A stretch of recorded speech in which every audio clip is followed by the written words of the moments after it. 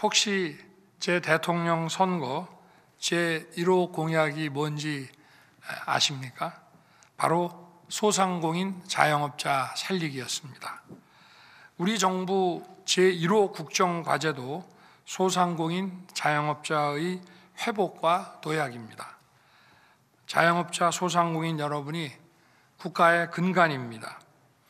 농업국가에서는 자영농민이 나라의 근간이고 산업국가에서는 자영업자와 소상공인이 나라의 근간입니다. 여러분이 잘 돼야만 나라도 발전할 수 있습니다. 저는 임기 반환점을 돌면서 후반기 국정 운영의 중심을 양극화 타개에 두겠다고 말씀드렸습니다. 소상공인은 우리나라 전체 기업의 95%를 차지하고 고용에 있어서는 45%를 담당하고 있습니다. 또한 우리나라 전체 취업자 가운데 20%가 자영업자입니다.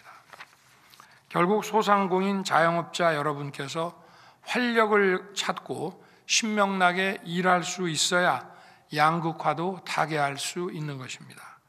정부는 전향적인 내수 소비 진작 대책을 강구해서 여러분께서 더 힘을 내실 수 있도록 할 것입니다.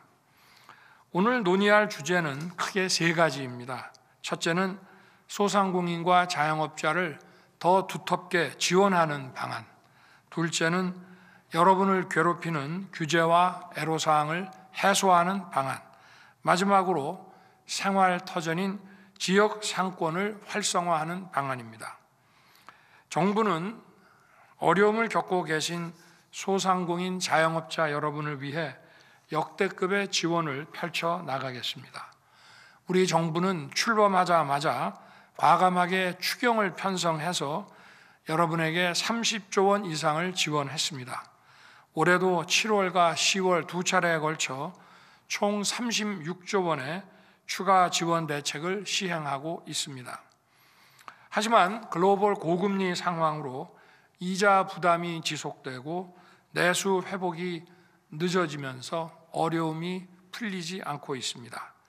전례 없는 상황인 만큼 전례 없는 지원을 펼치겠습니다. 우선 내년 소상공인 전용 예산으로 역대 최대인 5조 9천억 원을 편성했습니다. 여기에 더해 정부와 민간이 협업해서 수수료와 같은 각종 부담을 추가로 덜어드릴 계획입니다.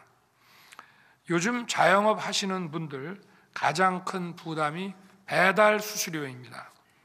기본적인 배달비에 더해 중개 수수료를 평균 9.8%나 내야 해서 배보다 배꼽이 크다고 할 정도입니다.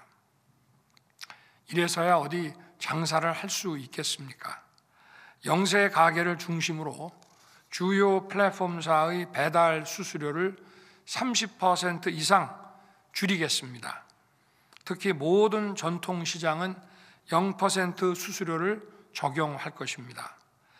요즘 모바일 상품권을 많이 쓰시는데 수수료가 5%에서 최고 14%에 달하고 정산 주기가 길어서 문제입니다. 수수료를 많이 부담해야 하고 현금도 늦게 들어오니까 힘드실 겁니다. 수수료를 낮추고 정산 주기를 단축하는 상생 방안을 올해 안에 마련하겠습니다. 둘째로 여러분이 현장에서 겪는 실질적인 어려움을 해소하는 데 각별한 노력을 기울이겠습니다. 요즘 예약해놓고 잠적하는 노쇼나 가게 문까지 닫게 만드는 악성 리뷰로 힘들어하시는 사장님들이 많이 계십니다. 예약 보증금 제도와 분쟁 해결 기준을 개선하고 올바른 예약 문화를 확산시키는데 정부가 큰 관심을 기울일 것입니다. 악성 리뷰 신고 상담센터를 전국에 90곳을 만들어서 악성 리뷰나 댓글로 판명되면 신속하게 삭제하거나 가릴 수 있도록 선제적인 조치를 추진하겠습니다. 현장 상황에 맞지 않는 불합리한 규제도 계속 찾아서 적극적으로 철폐하겠습니다. 일회용 컵 사용 규제가 대표적입니다. 손님이 테이크아웃 하겠다고 일회용 컵으로 주문을 해놓고 점주 모르게 매장에 앉아서 마시다가 단속에 걸리는 경우가 있습니다. 정작 과태료는 손님이 아닌 점주가 내야 됩니다. 과태료가 300만 원이나 되는데 보통 억울한 일이 아닙니다. 성실하게 안내한 점주들에게 피해가 없도록 과태료를 면제할 것입니다. 또 요즘 온라인 홍보를 많이 하는데 보통 1년 단위 계약에 수백만 원이 넘습니다. 그런데 실제 광고를 했는지 잘 알려주지 않는 경우도 많고 효과가 없는 경우도 허다합니다. 그래놓고 막상 해약을 하려고 하면 과도한 위약금을 요구하거나 환불을 거부하는 사례가 많습니다. 분쟁이 생겼을 때 법원에 가지 않고도 해결할 수 있는 분쟁 조정기구를 신속하게 만들겠습니다. 마지막으로 지역 상권을 살리는데 더욱 박차를 가하겠습니다. 그동안 지역 상권 활성화를 위해 많은 정책을 추진했지만 정부 주도의 정책으로는 한계가 많았습니다. 반면에 민간의 창의적 아이디어를 토대로 지역 상권을 살리는 사례가 부쩍 늘고 있습니다. 이곳 공주 제민천 주변 상권이나 대전 성심당 주변 상권이 좋은 사례라고 할 수 있습니다. 특히 백종원 씨는 민간 상권 기획으로 예산 시장을 확 바꿔놓으셨습니다. 이런 일을 담당할 민간 상권 기획자를 앞으로 1,000명 육성하겠습니다. 이와 함께 2027년까지 지역 상권 발전 기금과 펀드를 5천억 원 규모로 조성하겠습니다.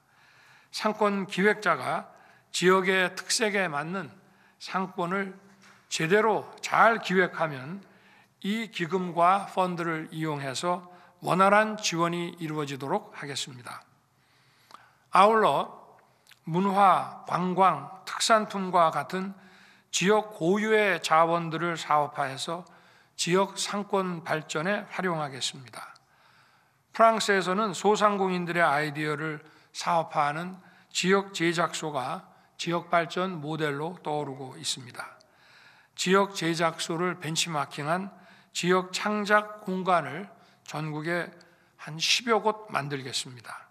또 주거생활 복합시설인 지역 활력타운을 조성해서 상권, 주거, 생활이 연계된 새로운 형태의 지역 상권을 만들겠습니다. 그런데 인구 감소 지역들은 애당초 상점이 별로 없어서 지원 요건조차 못 갖추는 경우가 많습니다. 상권 지정 요건을 현실에 맞게 완화해서 정책의 혜택을 모든 지역이 공평하게 누릴 수 있도록 하겠습니다. 오늘 이 자리가 후반기 국정 첫 민생 토론회입니다. 임기를 시작할 때 소상공인 자영업자를 맨 앞에 두었듯이 후반기 국정도 여러분과 함께 양극화를 타개하고 새로운 중산층 시대를 여는데 최선을 다할 것입니다. 그리고 아울러서 기업의 투자뿐만 아니라 국민들의 소비를 좀 진작할 수 있는 정책도 과감하게 추진하겠습니다. 그렇게 해야 자영업자 소상공인들이 살 수 있습니다. 현장의 목소리를 오늘 가감없이 전해주시고 좋은 의견을 많이 주시기 바랍니다. 감사합니다.